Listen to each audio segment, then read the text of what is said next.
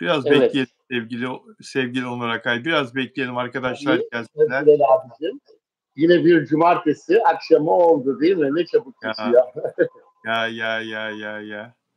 Nasıl senin orada çok yağmur yağıyor mu Akçay'da? iki gündür çok yağdı Bilal abicim ama bugün çok güzel hava. Bugün burada Yaz da gibi. evet burada da öyle Evet bugün. ama bayağı yağmurlar yağdı. Fakat sanırım kazlarına yağmadı fazla. Çünkü çaydan anlıyorum ben. Bizim önümüzdeki çaydan. He, Çayda böyle fazla doluluk oluyor.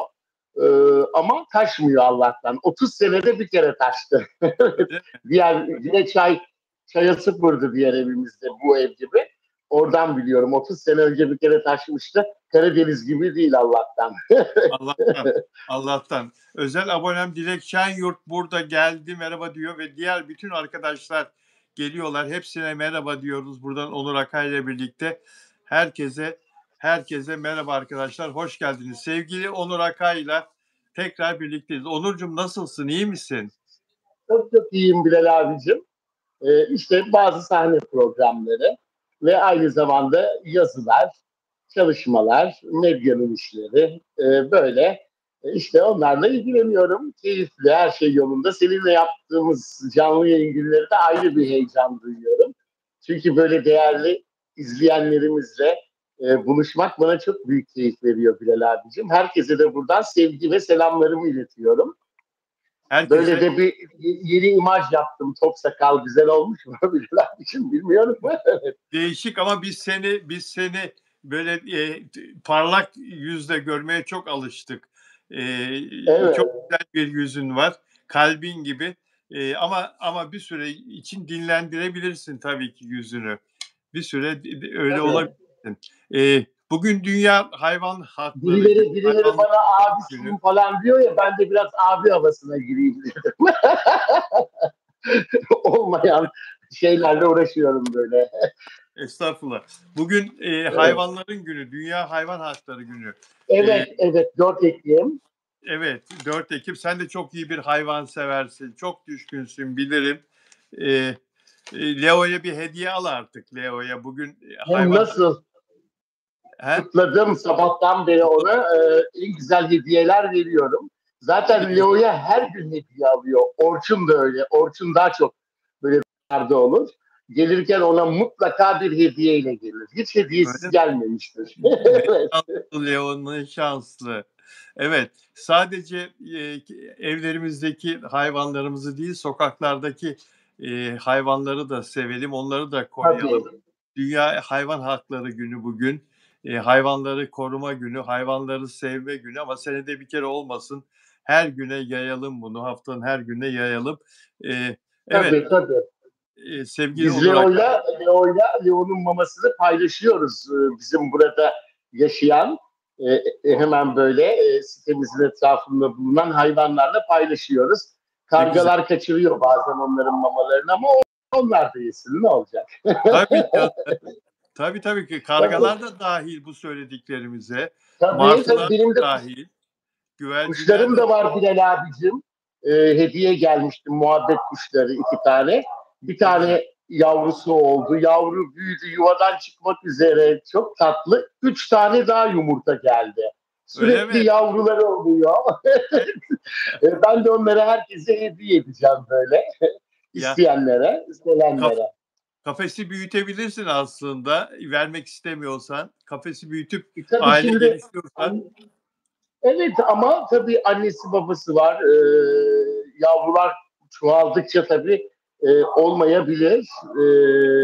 Onun için onlara hediye ederiz. Zaten annesiyle babası veterinerden duyduğum kadarıyla yeni yumurtalar, yavrular gelince diğer yavruları istemiyormuş. Kuşlarda öyle O bir zaman şey var. tamam. Evet. Tabii. O zaman vermen Ayrı lazım. kafes veya da hediye edeceğim. Ama isteyen seven çok var muhabbet kuşlarını hediye ederiz artık. Evet. Evet. Canım. Hande Erçel'den başlayalım istersen konuşmaya. Hande Erçel Tabii. büyük bir çıkış yine yakaladı. İtalya'da çok bilinen yaklaşık 70 yıllık bir kadın ve moda dergisi Grazia'ya kapak oldu. Türkiye'den ilk kez bir oyuncu bu dergiye kapak oldu. Bu çok popüler bir dergi. Dünyanın her tarafında yayınlanıyor ve Hande Erçel Paris Moda Haftası'nda da yine bir özel davetli olarak her zaman olduğu gibi yine çağrıldı. Orada bir moda firmasının defilelerini izledi, katıldı defilesine ve kendisinden söz ettirdi. Nasıl görüyorsun Hande Erçel'in bu durumunu? Şimdi tabii milyonları peşinden koşturuyor. Evet. Instagram'da özellikle ama nedense o milyonları bir türlü ekran başına geçiremiyor Bilal abicim, değil mi? Demek ki beğeni ile reyting arasında gizemli bir uçurum var bence. Yani öyle tahmin ediyorum. Demek ki milyonlarca takipçi demek, reyting demek değil. Ama güzelliğiyle tabii dillere destan, yani sosyal medyanın, markaların göz bebeği, nasıl söyleyeyim? E, Şöyle diyeyim, mesela dört yonca vardı değil mi seneler önce? İşte Dört Türkan yapraklı Şoray, yonca. dört Dört, yapraklı yonca, evet. Filiz Akın. Onlar tabii daha önceki Fatma yılların. Girik. Hülya Koçyiğit, Fatma Girik. Şimdi ben Millennium'un da dört yapraklı yoncasını mesela say deseler, Evet. 2000'li yılların, bence Afra Saraçoğlu ile Hande Erçel dört yapraklı yoncanın iki yaprağına koyuyorum onları. Daha bir iki yaprak henüz ben yerleştiremiyorum. İki kişi daha böyle, yani biraz bana eksik geliyor sanki. Serenay Sarıkaya'yı da aslında Koy, koy. düşündüm ama, Koy, değil koy, mi? koy. Onu da koysak, üçünü koyduk. Bir kişi kim olabilir acaba Bilal abi diye düşünüyorum. Ya o kadar değerli Hande Erçel aslında. E, Evet. Reytingler nasıl olmuş dün gece? Ben bakamadım reytinglere. Reytingleri hemen söyleyeyim. Hemen söyleyeyim. Aşk ve Gözyaşı dizisi Barış Arduç'la Hande Erçel'in oynadığı totalde 11. Totalde 11. 2.85, ABC'de 7. 3.43, AB kategorisinde 3. 3.91. Yani çok iyi değil. Biraz Tabii. yükseltti. Geçen haftaya göre çok az bir puan yükseltti ama hala düşük. 11. ne demek Kızılcık totalde? Şerbeti.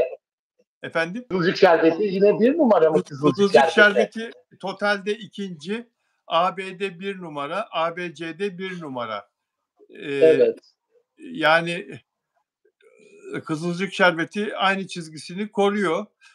Ama Tabii. Hande Erçel'in dizisinden çok şey ümit ediliyordu. Çok şey bekleniyordu. Ne yazık ki bak demin çok güzel bir şey söyledin. Türkiye'de en yüksek takipçili oyuncu o Instagram'da, sosyal medyada. Ama bu reytinge yansımıyor. Neden yansımıyor acaba? Yani insanlar İşte neden televizyon dizisini izlemezler? Madem çok seviyorsunuz bu kızı, sosyal medyada bu kadar milyonlarsınız. Televizyon dizisini niye senaryodan kaynaklanıyor. Senaryodan kaynaklanıyor. Gençlerin istekleri değişti. Artık diğer film ve dizi platformlarındaki gibi bir sezondaki tüm bölümleri yüklüyorlar. Hepsini öyle görmek istiyorlar. Bir hafta diğer bölümü beklemek istemiyorlar. Yani oturup televizyon karşısında vakit geçirmek istemiyorlar. Artık eskisi gibi değil hiçbir şey. Ama o şeylerde, yani film platformlarında daha başarılı oluyorlar. Daha çok izleniyorlar. Hepsinin orada daha çok ilgi gördüklerini duyuyorum, yani izlenme oranlarında. Ama işte rekabet de çok. Bu prim time savaş alanı gibi Bilal abicim. Her kanal e, o ana bir şeyler koyuyor tabii. Tabii ki de e, reyting de her şey demek de değil demek ki. En güzel reklamlarla anlaşıyor, marka yüzü olarak, değil mi Hande Erçel? Her paylaşımı dikkat çekiyor. Magazinin kraliçesi oldu. Yani eskiden Hülya Avşar nasıl düşmezdi? Hep en baştaydı. Şimdi de Hande Erçel çekiyor hemen hemen en başı, yani Türkiye'de. Demek ki yapımcılarda da hata var. Onlara göre diziler, senaryolar bulacaklar. E, Bence, yani ben öyle düşünüyorum. Daha Evet, iyi projeler bulmaları gerekiyor.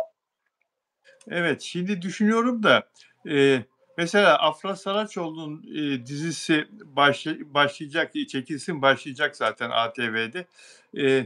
Böyle bir reytingle başlamaz Afra Saraçoğlu'nun dizisi. Zannetmiyorum yani ikilerde bir reytingde 11. sıra, 12. sırada zannetmiyorum yani. Başlamaz. Afra Saraçoğlu'nun şimdiye kadar yaptığı işleri düşününce ve en son Yalı Çapkını'ndaki o büyük sevgiyi görünce, yani Afra Saraçoğlu'nun fanları Hande Erçel'in fanları gibi reytinge etki etmemezlik yapmaz. Afra Saraçoğlu Yapmaz. ekranda görmek için o fanlar yanıp tutuşuyor, öyle değil mi? Onlar Tabii ekran tabii. ekran için neler söylüyorlar, neler sana da çok geliyor, bana da çok geliyor. Bir an evvel çıksın, Tabii tabii. bir an evvel görelim diye. Eee, yani Zaten öyle bir şu anda bizi Afran fanları izliyordur, Afran Saraçoğlu'nun da. Mert Ramazan Demir'in de Türkiye'de böyle bir fan ben görmedim yani bu 35 yıldır bu piyasanın içinde. Hiçbir sanatçıya ve oyuncuya nasip olmadı. Hepsine ben buradan sevgilerimi, selamlarımı iletiyorum. Muhteşemler her türlü konuda. Yani onlarla ilgili bir yanlış başlık atsın. Oraya ne mesajlar diyorlar yani ben şahit oluyorum. Çok ilginç. Hande Erçel'in fanları neden söyle değil. Bazen onu yükseklere çıkarıyorlar. Bazen yerin dibine sokuyorlar. Ben şaşırıyorum onun fanlarına. O da yani Hande Erçel neden öyle? Mesela Afra Saraçoğlu'nun oyunculuğu daha üstün, daha başarılı. Hande Erçel'in oyunculuk sorunu biraz hala devam ediyor. İyiye gidiyor gibi ama daha da iyi olması gerekiyor. Ben mimikleriyle ilgili sorun görüyorum yani. Ben sahne sanatlarıyla ya oyuncu olarak iki dizide rol aldım ama Bilal abicim ben tiyatro bölümüyle daha çok ilgim diksiyonla ilgiliydi. Diksiyon hocalığı yaptım çok uzun süre. Güzel Türkçe konuşma hocalığı. çok Ama e, Hande Erçel birazcık daha oyunculuk eğitimi alması gerekiyor. Diğer oyuncular, jönler de öyle. Ne eğitimler aldılar yani nerelerde yetiştiler. Yıldız Kenter'in sınıfından biz yan yana tiyatro ve musiki bölümü yan yana okuruz. Ortak derslerimiz de olurdu her iki üniversitede. Birincide Yıldız Kenter'di hoca, ikincide de Müşfik Kenter'di benim ikinci okuduğum üniversitede. Yıldız Kenter'in dersinden ağlayarak çıkarlardı. O eğitim öyle zordu yani.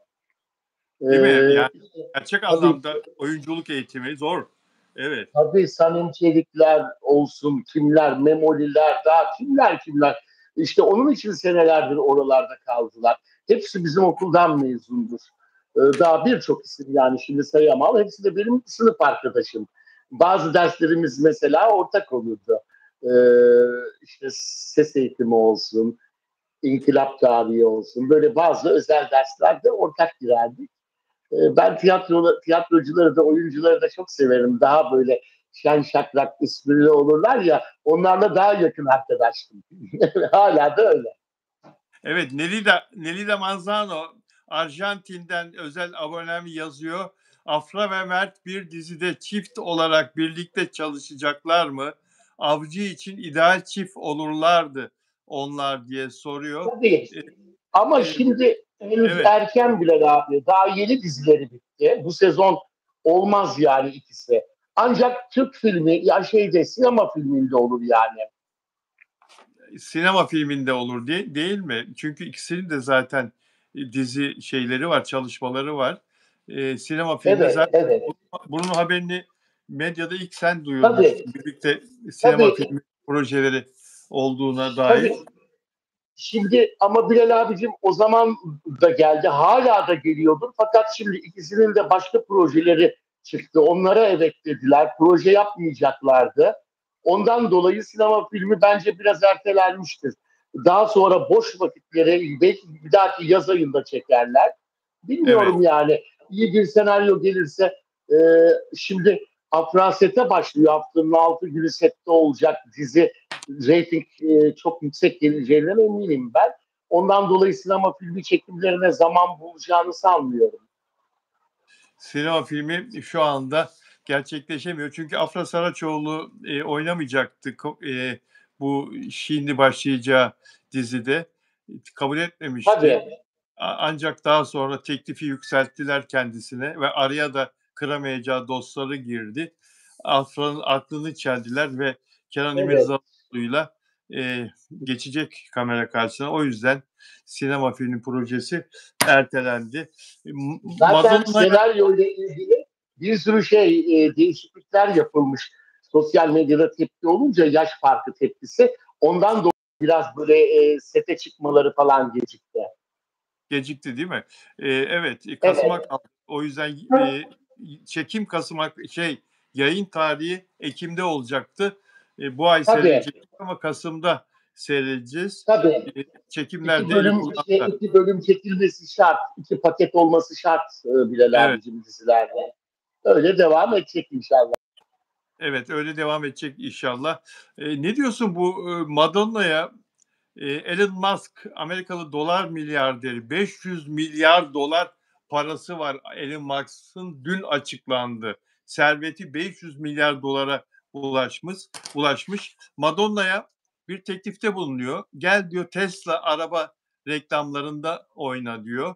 500 milyon dolar diyor sana çek yazacağım, ödeme yapacağım diyor. 500 milyon dolar.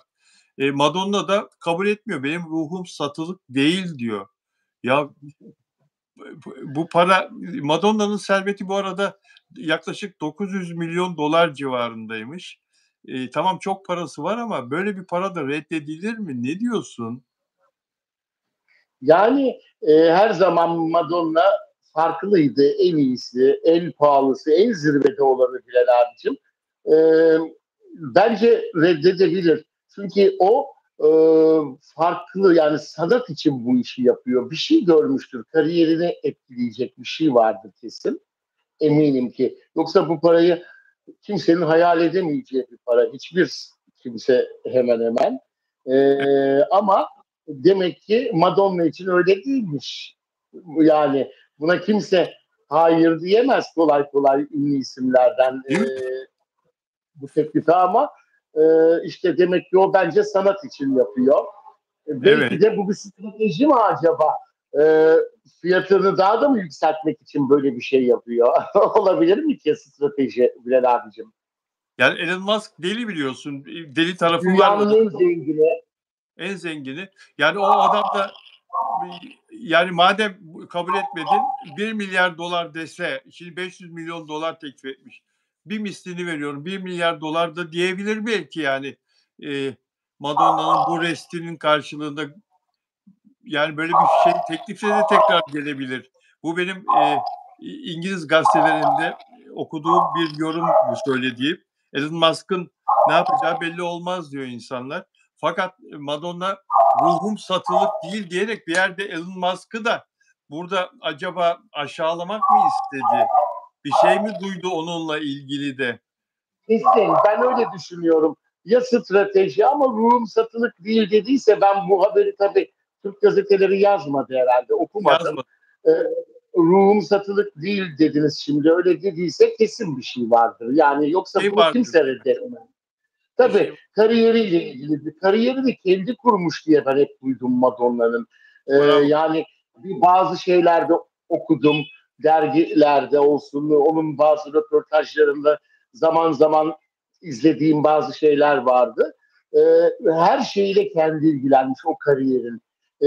Tabii ki etrafında çok kişi çalışmış dünya starı ama kariyerini, imajını, her şeyini kendi kurmuş baştan aşağı. Ben öyle duymuştum. Çok doğru söylüyorsun. Çok doğru söylüyorsun. Peki Adile Naşit filmi 5 Aralık'ta sinemalarda gösterilecek. Gidecek misin izlemeye? BKM yapımı.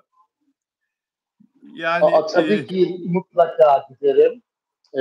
Bir hazinenin hayatı bence. Efsane bile diyemiyorum. Hazine yani. Küçüklüğümüzde onun masallarını dinledik. Vefat ettiğinde çok üzülmüştüm. Daha küçüktüm ben tabii.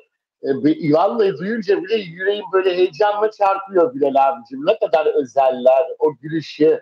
Hiç, değil mi? tabii bir de çok da çileli bir hayatı var. Görüldüğü gibi de değil. Değil. Değil mi? Kim bilir Değil. film nasıl herkes merak ediyordur. Bir evladını kaybediyor, evlat acısı yaşıyor. E, Ya hatta öldü, vefat etti yine. Ölümünü de ben duyurmuştum. Babam sınıfından Oradaki küçük çocuk kapıda duran. Evet, evet, evet. Unuttum şimdi ben de. İşte Evet. bence biraz ismi şimdi aklıma gelmedi. O da usta oyuncularımızdan fakat çok yakında görüşürdük. Projelerimiz, bana bir film teklifi gelmişti. Aynı sinema filminde o da vardı. Yapımcıda sorun olduğu için olmadı. Fakat hep görüşürdük. Orçun da onunla görüşürdük. Kardeşim üçümüz bir yerlere giderdik. E, O anlatmıştı bana. Yani Adil Naşit onu e, çocuğunun yerine koymuş. Bir anne gibi davranmış ona. Ya, ya. Kapıdaki böyle küçük, hatırladınız değil mi Bilal abicim? Evet, evet. Tabii, İsmini tabii. nasıl çıkaramadım? Belki Ben de çıkardım. izleyicilerimiz daha yeni kaybettik. Çok fazla olmadı. Bence herkes gider yani. Zaten nostalji tutkunları gidecektir. Hababam sınıfını ezbere bilen, neşeli günlerle büyüyen, o altın çağ sinemasının bir parçası olan herkes gider. Adile teyzenin şefkatiyle büyüyen nesil var. Masallarını dinleyen. Yani herkes kendi çocukluğuna döner bence o sinema filminde. Duygu dolu anlar yaşanır. Üç kuşak birlikte izleyecek bence, değil mi Bilal Doğru, abicim? doğru, Şimdiki doğru. yeni nesil bile gidecektir. Yeni nesil orada hem Adem Naşit tanırken hem de şeyi de tanır. Filmlerde eşi rolünde oynayan Münir Özkul. Münir Emre Özkul. Özkul'u da bir tanıma fırsatı olacak bence bu. Tüm gençler için çok önemli. İnşallah çok iyi çekilmiştir film senaryosuyla. İnşallah. İnanıyorum ve başrolde Adile Naşit'i oynayan Almanya'da doğup büyüyen Alman Türk vatandaşı Meltem Kaptan. Meltem Kaptan'ın ismini biz yeni duyuyoruz ama Almanya'da çok popüler oldu bu vatandaşımız. Orada tiyatrolarda oynuyor, Almanca oynuyor ve Almanya'da oynadığı bir sinema filmiyle uluslararası ödül kazandı kendisi. Önemli bir festivalde en iyi kadın oyuncu ödülünü kazandı Meltem Kaptan ve ne kadar da benziyor yani tip olarak da fizik olarak da Adile Naşit'e. Evet. E, Çağan Irmak yönetmen. Mesela Müjde Arı Seda Bakan oynadı. Levent Can Münir Özkul'u canlandırdı. Tarık Ündüz Gazanfer Özcan'ın torunu Gazanfer Özcan'ı canlandırdı. Kemal Sunal'ı Berkay Tulumbacı diye yine genç bir oyuncu canlandırdı. Güldüğü zaman aynı Kemal Sunal gülüyor gibi yüzü suratı çocuğun. Tarık Akan'ı Çetin Lale diye bir oyuncu canlandırdı. Bunlar hep BKM buldu. BKM Akademisi'nden bu çocuklar. Ama çok güzel kadro bence. Güzel kadro değil mi? Yönetmen de öyle. Evet. İşte Bilal abicim, bence bütün Türkiye gidecektir eminim. E, Kesinlikle. Babam sınıfının gülen çocuğu diye girdim de ben de şimdi Google'a. Tuncay Akça. Ya, ya. Benim bahsettiğim, Allah rahmet eylesin, Tuncay, kafama Allah. takıldı. Evet, evet, evet. Çok değerliydi. Orada küçüktü tabii, biz onu ileri yaşta tanıdık ama genç yaşta birdenbire vefat etti. Bugün de yine Yeşilçam'ı anıyoruz. Recep Bülbül Ses'i kaybettik. Ay, sen de okudun. Mekanı cennet olsun. Sen de okudun. Mekanın cennet olsun. Allah rahmet Onu da eylesin. ben yazdım Bilal abi. Evet, İşte evet, dün gece geldi bana haber. evet, Üzüldüm böyle işte önemli bir kaynaktan. evet. O da zorluklar çekti tabii. Tabii o daha böyle ön plan rollerde değildi ama emek vermişti. Zorluklarda yaşıyordu. Bayağı hem sağlık hem maddi sorunları. Yıldız Tilbe ve Kerem Alışık ona yardım ediyordu. Bak ne kadar güzel yürekleri var. Ne Başka güzel. kimse yardım etmiyordu. En son Hülya Koçyiğit'ten de bir tekerlekli sandalye akülü mü öyle bir şey istedi. O da gelecek diyordu. İşte böyle vefat etmiş. Astım rahatsızlığı vardı. Nefes darlığından dolayı kurtaramamışlar. E, Kapanı vardı eskiden, bilirsin sen Bilal abicim. Plakçılar Oradan Çarşısı. Plakçılar Çarşısı, bütün 90'lı yılların sanatçıları oraya giderdi. İşte Tabii. bizim yaptığımız o zamanki kaset var. Kasetlerin yapımcıları oradaydı. Orada odaları olurdu. Onlarla görüşmek için olsun. Bazen kaset almak için giderdik. Her ay bize 10 tane verirlerdi, 20 tane. İşte o zaman imzalama fotoğrafları olurdu. Onları alırdık Ya oradan sürekli. Bir gün önüme atladı o 5. bloktan girişte. Birden nasıl zıpladı? Yukarıdan bir yerden, çatıdan mı? Çok şaşırdım. Beni ünlü yap diye. Ben de o zaman yeni İstanbul'a alıyor çıkmış. Hep televizyonlar beni ünlü yap diye bağırmaya başladı. Ya ben tanımıyorum daha o zaman. Neye uğradığımı şaşırmıştım. Allah rahmet eylesin. Böyle de bir anım var onunla da. Evet. evet. Recep Bülbülses. Allah rahmet eylesin. Magazin programlarında e, hemen şeye girerdi. Kameranın önüne geçerdi ve başlardı bir Değil şarkı mi? söylemeye. Dış çekimlerde dışarıda. Evet. E, Mesela 90'lar. röportaj yapıyor çocuklar diyelim ki Nişantaşı'nda. Hemen atlardı kamera, başlardı şarkı söylemeye. Ünlü olmayı çok istiyor, Tabii. arzu ediyordu. Tarkan'ın bile önüne atlamış diye ben duydum. Doğrudur, doğrudur. Recep Bülbülses Evet. bir renkti. Allah rahmet eylesin. Evet. Evet. Ne diyorsun bu Güllü'nün vefatıyla ilgili gelişmeler, bayağı bir gelişmeler yaşandı. Biz seninle konuşmadığımız süre içinde, yayın Tabii. yapmadığımız süre içinde. En son İbrahim Tatlıses, dün sordular İbrahim Tatlıses'e. Güllü kendini seven insandı. Güllü intihar etmemiştir. Zannetmiyorum. Hayatı çok ya intiharı konuşan yok ki. Tabii İbrahim zaten intihar etmedi. Yani intihar diye bir şey Güllü ile ilgili gündemde değil ki. Herhalde İbrahim Tatlıses hiç izlemedi bu konudaki gelişmeleri. E, O yüzden böyle bir yorumda bulundu. Şarkıcı Hatice para ve menfaat uğruna kıyılan bir can diyor. Yani kesinlikle diyor, bence diyor Yok. asistanı diyor bu işin yapan Aa, diyor. Söylendiği gibi bir mümkün değil. mal varlığı yoktu diyor. Ama asistanının konuşurken gözlerini görünce diyor, benim fikrim diyor kesinlikle asistanı diyor. Bu da böyle bir iddiada Ama ne bulunuyor. kadar ilginç. Çok böyle günahlarını alıyorlar. Hemen böyle herkes olay yeri inceleme olmuş, polis olmuş gibi. İnsan söyler de yakınları tamam bazı kişiler tereddütleri olabilir. Konuşur. Herkes bir şeyler bile araya şeyler bile koymuşlar Bilal abicim. O ne deniyor? Yapay zeka ile konuşturmuşlar. Bilmem neler olmuş. Her yerde bir de onlar yayınlandı.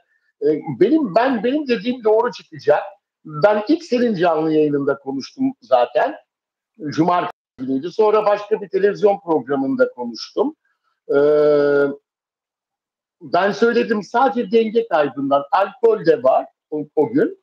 Alkolle denge kaybı bir araya geldiği zaman daha da kötü oluyormuş.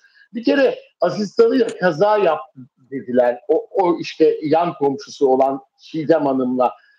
Kesinlikle onunla bile kaza yapmamış ki kazayı da başkasıyla yapıyor. Mesela belinde şey var dediler. Belinde de yok. Bacağında var. Ondan sonra aldığı paralarla ilgili çok yüksek paralardan bahsedildi. 200 milyonun üzerinde hiçbir servet yok. O ev bir kere annesinden kalma Güllü'ye. Akçay'da kiralarda oturdu, ne zorluklar çekti, pavyonlarda dayaklar yedi. Daha neler neler biliyorum da o konuları mesela anlatılmaz yani vefat etmiş. Fakat şüpheleri olabilir. Yakından çalışanlar var Güllü'yü onunla. bir dakika lütfen. Güllü'yü kim dövdü pavyonda? Kimden dayak yedi Güllü? Ya alkol aldığı zaman Güllü abla e, biraz böyle şeydi, nasıl söyleyeyim, agresif olurdu, sinirli olurdu. Bunu herkes bilir, Güllü ablayla çalışan patronları da bilir. İşte artık çalışırken ne olduysa bir kere bir pavyon ismini şimdi tabii söylemeye gerek yok. Pavyon sahibiyle bir sorunlar yaşadığında o zaman orada onun dövdüklerini duymuştum ben. Yapma ya. İşte çok sıkıntılar çekti yani maddi olarak. İstanbul'da mı oldu bu? Pavyonda Yok Güllü. yok, bu taraflarda oldu. Başka yerlerde de yaşamış ama sıkıntılar pavyonlarda. Çünkü son yıllarda oralardaydı bu dizide ve filmde şarkıları yayınlanmadan önce. Yayınlandıktan sonra daha iyi işler gelmeye başladı. Tabii şimdi de yeni bir single yapmışken birden böyle bir kaza yaşandı. Hiç kimse Bilal abi iter mi yani, evde kimse yok zaten, kamera kayıtlarından çıkar. Daha şu anda incelemede. mesela şey aldı dediler. Neydi oranın adı? Cinayet büro aldı Evet, dediklerinde bile o gün cinayet büroya gitmemiş. Ben öğrendim mesela. Hep böyle sosyal medyada çıkan şeyler. Çocukların zaten biri İstanbul'da olduğu oldu kesin. Yani e, orada her türlü şeyde anlaşılır yani biri bunu içmiş olsa. Bir kız var, bir de arkadaşı var zaten. evet. Bütün her şeyi en doğrusunu dinliyorlar. Daha sonuç bile gelmedi. Şeyden bile sonuç gelmedi yani. Diğer öyle bir ön Ön şeydi, otopsi raporu geldi. açıklamaydı. Ön otopsi Otopsi. raporu. Evet. Tabii. Hepsinin sonucu gelince ortaya çıkacak. Denge kaybından dolayı bu bir kaza. Zaten düşme şeklinden de anlaşılmış yok. İşte şeyi yoktu. e, Üstünde aynı kostüm yoktu diyenler neler duydum. Olmayabilir çünkü onu çıkarmış olabilirler. Kalp masajı yapmış olabilirler. Kalp masajı yaparken çıkarıyorlar bazen. Ben bir kere öyle bir rastlamıştım da e, herkes işte başka türlü şeyler söylüyor. Sosyal medyada Güllü, okunanları etkilemiyorlar. Güllü Pavyon'da bu 2000'li yılların ikinci yarısı 2005, 2006, 2012 falan o dönemde değil mi? O 2010 o yıllarda Aynen çıktı öyle. değil mi? Aynen öyle Bilal abicim. Pandemiye kadar olan o dönemlerde. Pandemiden sonra da işte daha iyiye gitti yani. Gidiyordu. Zamanlarda İşte daha iyi gidiyordu. Peki Güllü'nün müzik eğitimi var mıydı? Bu şarkıları nasıl yapıyordu? Güllü'nün bestesi yok ki. Ama Güllü mesela şimdi en bestekar. son en son Ahmet Minguzi'ye bir şarkı yaptı. Mesela yetiştiremedi Hayır ama hayır o yapmadı. Beste onun değil, söz değil mi? beste. O yorumlayacaktı Öyle mi? sadece. Sanki o Orada bile yapmış gibi. yanlış. Tabii şimdi müziği bilmeyen kişiler bunu araştırmadan konuşuyorlar Bilal abicim. Mesela Yani Yıldız Tilbe'nin de müzik eğitimi yok. İlkokuldan terk Yıldız Tilbe sonradan öyle bitirmiş. Ama şarkı beste yapıyor, söz yazıyor. Yani Güllü'de de böyle bir yetenek var mı acaba diye. işte Bilal abicim isterseniz 10 tane konservatuvar bitirin. 10 üniversitenin konservatuvarında değil, yurt dışının en iyi müzik okulunda ders alın. O öyle bir şey olmaz. Şiir ve güfte yazmak, yani şarkı sözü ve beste yapmak hiçbir eğitime gerek yok. O çok başka bir ruh.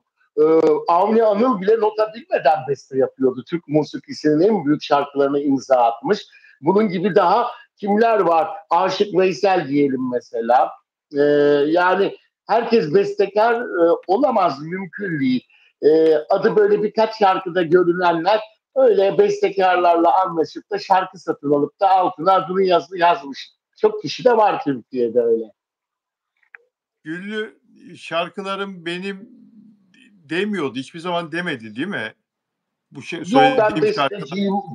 Hayır ama yorumcuların çoğu Ajda Pekkan bile yıllarca söyledi de Nilüfer bile Kayahan'la bir ara ölmeden önce problem yaşadı. Ajda Pekkan da yaşadı bestekarla şarkılarını yapan. Benim şarkılarım, benim 2000 yılında yaptığım şarkı değil ki şu, yorumladığı şarkı yani. Onun bir söz yazarı ve bestekarı var Türkiye'de. Onu anmıyor bazı yorumcular maalesef. Hep kendilerini ön planda tutuyorlar. Halkta onun şarkısı diye biliyor. Yani bilemiyor o yaptı zannediyor. Öyle milyonlar var öyle zanneden. Evet. Şeyi dinledin mi? Oğluyla kızının dünkü kameralar karşısındaki konuşmasını dinledin mi? Tüm Türkiye'ye Dinledim. sesleniyoruz. Bizim canımız ciğerimiz Evet. siz buna ekmek bandınız diye konuşmalarını. Nasıl ne hissediyorsun, ne düşünüyorsun bu konuşmayla ilgili? Çok hüzünlü ve Çok ağlayarak konuştular ve tabii. Çok sitem doğru. dolu bir konuşmaydı. Tabii. Çok doğru söylüyorlar Bilal abicim.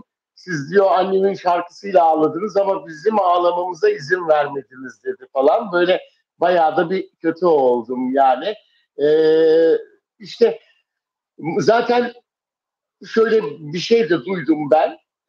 O fotoğraflarını denge kaybı için hastaneye gittiğindeki fotoğrafları da paylaşmıştım biliyorsun Bilal Biliyorum. abicim. Bu konuyla ilgili konuşan bazı kişiler Yani mahkemeye veriliyor. Savcılığa şikayette bulunuyorlar. Çok yakında açıklayacaklar isimleri. Ben bazı isimleri biliyorum, öğrendim. Mahkemeye verecekler. Öyle mi? Yani Güllü'nün ölümüyle Evet, ilgili, ölümünden sonra iddialarda bulunan kişileri kim mahkemeye veriyor? evet. Kızıyla oğlu mu? Tabii avukatları işte zaten Güllü ablanın da rahmetli, Allah rahmet eylesin, onun da işlerine bakan avukatlar vardı. Şimdi tabii çocuklar onlarla bu olayları yürütüyor. Zaten hiçbir zaman şey olarak gitmediler oraya, sanık gibi ifade vermeye. Nasıl, ne deniyor? Müşteki herhalde oluyor, değil mi? Evet, evet. Şikayetçi, müşteki. Evet, Evet, öyle gittiler. Ve de hiçbir zaman şeyden şüphelenilmemiş. Ben bazı kişilerle konuştum, tanıdığım birileri var, Bilal abicim. Cinayetten şüphelenilmiyor. Kesinlikle, yani kaza olduğunu zaten anlamışlar. Düşme şeklinden de anlamışlar. Düştüğü yere göre de anlamışlar. Kimsenin daha dinlemediği bazı şeyler var. Çıkacak Kimlerden ortaya. şikayetçi? Kimlerden şikayetçi? Peki ailesi kimleri mahkemeye verecek dava Hem edecek? ailesi hem de basın danışmanı da şikayetçi olacakmış. İşte yan komşusu olan Ha, evet. eski Ya basın danışmanı, asistanı. asistanı. E, Yani isim işte Ferdi Bey'den olacaklarmış mesela, sanıyorum. Sizin programınıza da bağlanan Öyle mi? patronu. Patronu Ferdi Aydın'dan mı davacı olacaklarmış? Evet, evet. Sosyal medyada da bazı açıklamalar yapan kişiler var. Özellikle oğluna da çok şekilde şeyler söylenmiş. Aslında oğlu İstanbul'da her yönüyle kanıtlandı bu. Yani kamera kayıtları, kendi sitesindeki kayıtlar, söylediler de zaten o konuşmalarda. Bazı isimler var. Ben bazılarını tanımıyorum. Ama tanıdığımda bazı isimler var. Bazı e, İçinde ünlü isimler de var, sanıyorum ki. Yazmışlar herhalde. Ee, Böyle ima etmişler. Yani Evet. suç duyurusunda bulunulacakmış savcılığa. Öyle duydum. Öyle söylediler. Herhalde önce bekledikleri bir şey var. Hem o seslerin sonucunun gelmesi, hem de yapılan e, ilk şeyi açıklandı ya Bilal abicim, daha ön otopsi, onun tamamı, yani tam raporun gelmesinden sonra belli olacak tabii kimleri verecekleri. Böyle böyle şeyler duydum ama bu bir kaza yani. Ben Tahir Sarıkaya'nın Beyaz TV'de programında da anlattım. Başka şeyler söyleyenler olmuştu. O ayakkabıya kadar incelediler mesela. O ayakkabı bile o kızın çıktı. Yani kızın ayakkabısı. Kızın Kendi ayakkabısıymış orada duran. Tabii. kendi Sonra orada o ne lan diyor ya Bilal abicim. Yani o bir şarkıya da denilebilir. Sevdiği şarkı açılabilir. Güllü abla biraz argo konuşurdu. tabii. Tabii. Yani onu tanımıyorlar. Ondan sonra veya da oraya doğru belki yaslandı, belki camı açtı. O tarafa gidip oynamamış da olabilir. Zaten oynamıyor da olabilir. Onlara belki eşlik ediyor. O anda orada dengesini kaybetmiş olabilir. Her türlü şekilde olabilir. Camı içeriye bir kelebek de girdi dediler herhalde, değil mi? Öyle bir şey de çıktı. Onu ben söyledim, evet. Evet, Kelebeği kovarken düştü diye sesler öyle. İzlediğimiz videoların birinde alttan gelen sesler evet. öyle. İşte o da Kelebek Bilal abi olabilir. Belki onu çıkarmaya çalıştı. Camı açtı ya da cama çıktı. O tarafa doğru gitti, oturmuş olabilir. Veya da dengesini kaybetti. Her türlü şey olabilir yani. Biraz beyinle ilgili, o denge kaybıyla ilgili sorunu ileri boyuttaydı yani. Düşüyormuş zaten zaman zaman alkol aldığında, sahnede de. Sahne programlarından sonra kuliste öyle görenler olmuş. evet. Yani şimdi çok enteresan. Eee, Bu çocukları ağlayarak sitem ettiler bütün Türk milletine. Yani bu konuda kendilerinin üzerine gelen, kendilerini suçlu ilan eden herkese sitem ettiler. Dünyanın lafını söylediler çocuklar, terbiyelerini bozmadan. Ancak bakıyorsun o 2 evladının bu konuşmaların altındaki yorumlara, ya insanlar yine bu çocukları suçlamaya devam ediyor. Yine cinayet demeye devam ediyor yorumlarda. Dikkatini çekiyor mu senin de? Çekiyor tabii Bilal abicim. Çok Bu ilginç ne bir peki? duruma Bu nasıl geldi. bir şey? Bu nasıl bir şey? Yani bu nedir ya? Bunu toplum bilimciler bize açıklasınlar, psikiyatristler açıklasınlar. Yani bu çok enteresan bir şey ya. Yani bu çocukların masum Bu olabileceğini hiç kimse kabul etmek istemiyor. Güllü'yü öldürdüler evlatları ya da işte o komşusu. Yani zaten kamerada görünüyor. Komşu evinden çıkıyor zaten. Oraya arkadan giriş de yok. Ee, yani e, yani apartmanın iki kapısı var diyorlar. İki kapısı var diye çıkarıyorlar. İki kapısı yok ki. Bahçeye iki yerden giriliyor. Apartmanın girişi bir tane. Ya bir de insanlar okuduğunu, dinlediğini de anlamadan yazı yazıyor. Zaten haberlerde de başlık atınca başlığı okuyup başlıyorlar yazmaya. Bir içini bir oku. Bilal abicim çok sorun var yani çok. çok Hangi çok birini anlatsın? ya biz toplum olarak hakikaten yani aydınlanacağımıza, daha okur yazar, daha kültürlü, daha eğitimli olacağımıza geriye gidiyoruz Onur ya. Vallahi geriye Tabii, gidiyoruz ya. tabii işte e, yani eğitim çok önemli ve eğitimi daha da azalıyor yani. Azalmaması lazım Seviyesi bence. azalıyor tabii tabii. Yani Tabii. çok enteresan maalesef. Afra Saraçoğlu ve Mert Ramazan Demir'i soruyorlar. Afra Saraçoğlu Tabii Fransız Afgan saatiyle fanları var bizi izleyen onlar kızıyordur başka konular konuşuyoruz diye değil mi? kızıyorlar. Bilal'cim daha vaktimiz var geçelim tabii. Allah Evet. rahmet eylesin. Mekanı cennet olsun inşallah. Tabii Allah Güllü'nün. rahmet eylesin. Evet. Evet. Evet, Afra Saraçoğlu Paris saatiyle 20'de, Türkiye saatiyle 22'de başlayacak olan defilede dünya markası, dünyaca ünlü Evet.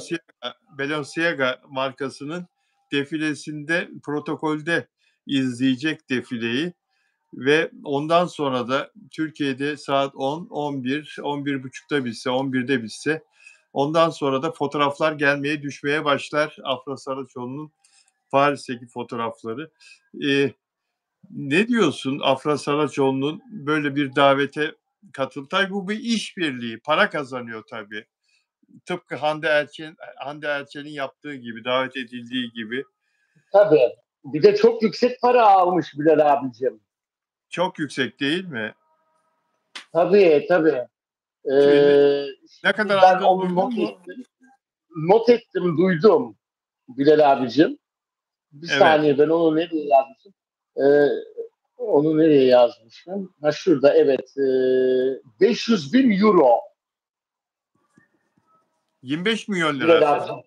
25 milyon da öyle oluyor değil mi hesaplayınca? 25 20-25 milyon milyon. lira. Evet doğru. 500 bin Çok euro almış. çok iyi para. Çok çok Çok güzel para. tabii Çok güzel tabii. para almış. Ben yani ne kadar tahmin etmiştim? Ben 200 bin euro falan tahmin ettim. 10 milyon lira almıştır diye tahmin ettim ama eee Evet. 500 bin euro alması, şeyde gittiğinde, ilkbaharda gittiğinde aşağı yukarı yine 7-8 milyon lira falan denmişti. Demek ki o zaman da tam kesin rakamı bilmiyorlardı bunu yazan gazeteci arkadaş. Belki ben o zaman ne kadar aldığını bilmiyorum ama e, böyle yakın e, iyi bir kaynaktan duydum ben. E, Doğru. ve de aynı zamanda da o uçakta da yüzüne maske sürmüş. O maskeden ben de sürüyorum. Onun renkleri bile var o maskenin. O maskenin de bir adı vardı da güzellik merkezi var Ortaköy'de. O getirirdi. Yurt dışından da getiriyorlardı. Böyle onun renkleri de vardır. Evet. Çok güzel bir maskedir o maskede. Evet, o maskeyi ben dün niye taktığını yazdım. Uçaklarda hava, kurudur kabin içinde. Nem, çok azdır, yok kadar azdır. Afra Saraçoğlu da bunu duymuş, biliyor. Çok akıllı bir Tabii, kız.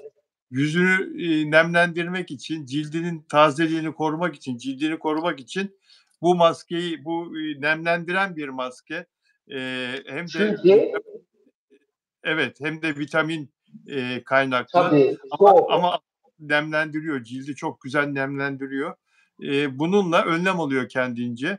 Bilal Eee abicim yüzüyle para kazanıyor. Bravo. Tabii Yüzüyle en para önemlisi o onun için. tabii, yüzüyle para kazanıyor. Evet, Şimdi Paris'e gidince hani ben böyle bir tatil kaçamakları olacak demiştim ya. Zaten o tatil kaçamağı için gün vermedim. Şimdi seti başlayacak. Belki seti başladıktan sonra da olabilir. Mert Ramazan Demir'in işte dizisinin çekimleri vardı. Yani bir boşluk buldukları zaman nasıl olsa gelecekler. Yani her an işte döndükten sonra ayarlayabilirler. Belki biraz daha ileri zamanı bulur. Havalar da soğudu. Bilmiyorum artık. Ama yine gelirler. Burası bahar gibi oluyor her zaman. Yani onların orası da öyle Mert'in ev aldığı yerde. Assos Mutlaka kaçamak yapacaklardır. Assos da öyle değil mi? Assos'ta Evet. doğuşu ve batışı çok güzel oluyor ya. Tabii Bilal abicim harika yerler. İşte ondan sonra da küçük kuyu başlıyor. Körfez. Çok güzel. Herkes burayı görmeli mutlaka. Bir de şimdi aklıma geliyor da böyle e, bir de Mert'in bir görüntüsünü çektiler geçtiğimiz günlerde değil mi? Evet, evet. Bilal abicim. Orada ben orada bir şeyi bir kere daha izledim de böyle mesela o yüzünde ona çok uzun süredir Afra Saraçoğlu sorusu sormuyorlardı. Bu sefer sordular. Sorunca da o yüzündeki ifadeleri fark ettiniz mi? Böyle eski yıllardaki gibiydi. O zaman da Bravo. böyle yine cevap vermez ama aynı gözlerindeki o parma hemen anlaşılıyor zaten. E, Bravo. Parıl parıl Oradan bile parlıyor. barıştıklarını anlayabilirler yani. Tabii. Ama Mert yanında gitmemiş. Onu öğrendim. O orada değil yani. Paris'te değil. Paris'te değil Evet. çünkü o dizisini bitirme telaşında son bir Tabii iki gün son bitiyor. Evet. son çekimler bitiyor ve ondan sonra İşte Mert Ramazan Demir evet. tatil yapacak. Sanırım da sete çıkmadan Afra sete çıkmadan Asos'a gelecekler. Yakın zamanda gelebilirler yani. Ben bilgileri alınca canlı yayınlarımız zaten pazartesi de var, cumartesi de mutlaka e, Bilal Özcan TV'den bütün Afran fanlarına duyururum. Ama aklıma böyle sabah 2 gündür yazı yazmadım. Böyle biraz sahne yoğunlukları da vardı bende. E, Yıllar önce başlayan aşkı şöyle bir baştan düşündüm de Bilal abicim. Çok da büyük aşk yaşadılar ve yaşıyorlar. Sen Bilal abi duyurdun, böyle başladın konuşmaya. Tesadüfte beni de canlı yayına bağladın. Bir yazımla ilgiliydi herhalde. Ve canlı yayında ben de ilk orada otelde neler olduğunu açıklayınca duyuldu. Yine inanmadılar. Sonra gördüler yüzüğü. Bir sürü şeyler anlattık. Hepsi doğrulandı ama sonuçta. Yani mesela evde doğrulanmadı, yok işte konuşuyorlar, niye bu konuyu konuşuyorsunuz, bu konuyla ilgili söyledikleriniz doğru değil diyorlar ama yani birçoğu da dikkatlice incelerlerse, bakarlarsa aslında doğrulandı.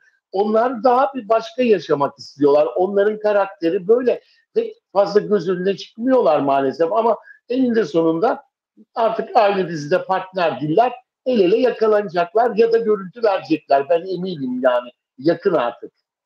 Yakın artık görüntü verecekler. Biz mesela onların Sarıyer'de Mert Ramazan Demir'in evinde buluştuklarını konuşuyoruz. Bu çocuklar e, yine de yakalanmıyorlar ama herhalde bir önlem alıyorlar oraya girerken çıkarken falan değil mi? Çünkü benim bildiğim ismini söylemeyeceğim şimdi. Bir muhabir var. Onları yakalamak için bayağı bir uğraşıyor. Bayağı bir uğraşıyor. İkisini beraber görüntüleyebilmek için. E, Oradaki eve gidiyor mu? Sarıyer'deki eve giderse yakalayacağından eminim ama e, Bunu bilmiyorum ama başka yani bir evet. belki de evi Daha bilmiyor değil mi çocuk? önce ben bir kere anlatmıştım. Mert Afra'nın evine geliyordu. Gece geliyor, sabah erken çıkıyor diye söyleyince Evet, yakalamışlardı. Şimdi Şimdi o evde buluşmuyorlar orada. Sarıyer'e gençler belki orayı bilmiyor muhabirler. Biliyorlar. Bence bilmiyorlar herhalde. Aslında Belki de Mert Ramazan biliyorlardır ama takip etseler set çıkışında evine ulaşırlar tabii muhabirler ama belki Mert de onu tabii. atlatıyor. Belki de atlatıyor yolda Mert de. Mert de Yapıyor az bir yol olabilir, olabilir, olabilir. olabilir. Ee, O konuyu o kadarını hani evlerini bilip bilmediklerini bilmiyorum ama tabii canlı yayından da adres verilmez. Tarih, ben kimseye de adres vermiyorum. Mert, Benden isteyenler Mert, oluyor. Vermiyorum hiç kimseye. Çünkü bir kere Afra biliyorsunuz bir hırsızlık olayı da yaşamıştı falan. Sorun olabilir, her şey olabilir. Fanatik evet. hayranları olabiliyor. Fanatizm derecesinde. Ondan dolayı öyle bir şey hiç yapmadım. O zaman da yapmadım. Kendileri buldular herhalde takip ettiler yani. Senin bizim yaptığımız seninle bir yayından sonra evin önünde 5-6 tane muhabir sabaha kadar Tabii. geç saatlere kadar beklemeye başladı ve ondan da O çok zaman rahatsız oldu. Çok rahatsız tabii oldular. tabii oldular. Tabii çıkamadılar falan. Bilal abicim bir de sen bunu söyledin. Televizyondaydın o zaman söyleyince Onur Akay gece geç saatte 3'ten gece geliyormuş dedin sen. Kızlar başladı gülmeye. Kamera mı takmış eve? Onur Akay'la orada ne işi var? Ondan sonra gece yakalayınca sabah çıkınca çok şaşırmışlardı. Ben o programlarınızı izlemiştim de bayağı şaşırmışlardı ama. Baya baya baya. Sevgili Onur Akay, sana doyum olmuyor. Özlemişim Ben seninle de yayın ben de yapmayı. ben de çok mutlu oluyorum gerçekten. Böyle soruları varsa e, bize yazsınlar değil mi? Videonun altına yazsınlar Tabii Bilal tabii tabii. abicim. Onları Tabii da tabii. pazartesi günü cevaplayalım. Sorularınızı bekleriz. Videonun altına yazarsanız ben de bütün yorumları okuyacağım. Tamam. Çok teşekkür ediyorum. Tekrar yayınıma katıldığın için. Ben teşekkür ediyorum Eksik olma. Bilal Ee, abicim. Pazartesi günü Herkese inşallah. Tekrar yeniden. görüşmek dileğiyle. Evet. Evet. İnşallah mutlu bir hafta sonu dilerim. Herkese sevgiler, saygılar, selamlar, öpücükler. Sağ ol. Leo'ya çok selam. Leo'yu kutluyorum. Tarçına da şimdi öpeceğim onu hemen. Görüşmek üzere. Sağ ol. Görüşmek üzere. Değerli dostlar, sevgili Onur Akay'la yine çok güzel bir yayın yaptık. Sağ olsun kendisi çok özel bilgiler de verdi. Mesela Afra Saraçoğlu'nun kazancı, Afra'nın 100.000 kere hakkı, anasının ak sütü gibi helal olsun. Kız çok başarılı ve Türkiye'nin takip ettiği artık genç kızların, genç hanımların kendisini örnek aldıkları, rol model aldıkları bir insan Afra Saraçoğlu. Onun için sadece oyuncu da denilemez. Kültür elçisi kendisi, gençlerin elçisi kendisi ve kazancı da haliyle gittikçe yükseliyor. Tebrik ediyoruz Afra Saraçoğlu'nu. İnşallah pazartesi günü Onur Akay'la yeniden bir arada olacağız ve yine kendisiyle konuşacağız. Ben yarın bu saatte 18'de yine sizlerle birlikte canlı yayında olacağım. Görüşmek üzere, sevgiyle kalın.